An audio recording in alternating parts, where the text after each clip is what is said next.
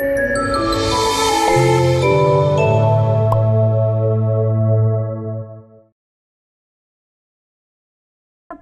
ang isang sundalo habang sugatan ng isa pa nilang kasamahan, kabilang rin ang isang miyembro ng PNP sa nagpapatuloy pa rin na operasyon ng PNP at Philippine Army laban sa Abu Sayyaf Group sa Inabanga, Bohol.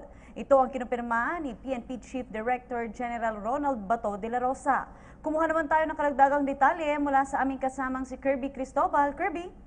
Princess, kinumpirma ngayon ni PNP Chief Police Director General Ronald de la Rosa ang nangyaring inkwento sa pagitan ng 47 Infantry Battalion ng Philippine Army at ng Bohol Provincial Police Office sa Barangay Napo o Munisipalidad ng Inabanga, Bohol. Sa pamamagitan ito na Bohol PPO Pipoy Natividad. Isa na ang nasawi mula sa hanay ng militar at dalawa pa ang sugatan na kinabibilangan ng isang polis at isa pang sundalo habang inaalam pa kung ilan ang nasawi sa mga kalaban.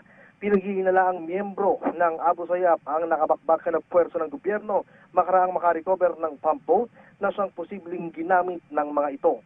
Sa impormasyon ay binigay naman ni AFP Chief General Eduardo Año na sa 10 miyembro ng armadong grupo ang nakita ng mga residente sa sitio. Dagdag pa ng opisyal, dahil sa putukan ay nasa isang isolated area na ang mga ito, kaya rumisponde na rin bilang karagdagang puwersa ang Philippine Army, Air Force at Philippine Navy. Matatandaan kahapon ay binanggit din ni General de la Rosa sa isang press con sa Campo Crame na may threat sa Central Visayas kaya't mas inalerta ang pulisya upang maprotektahan pa ang kapakanan ng ating mga kababayan. Yan ang update para sa PTV News. Kirby Cristobal.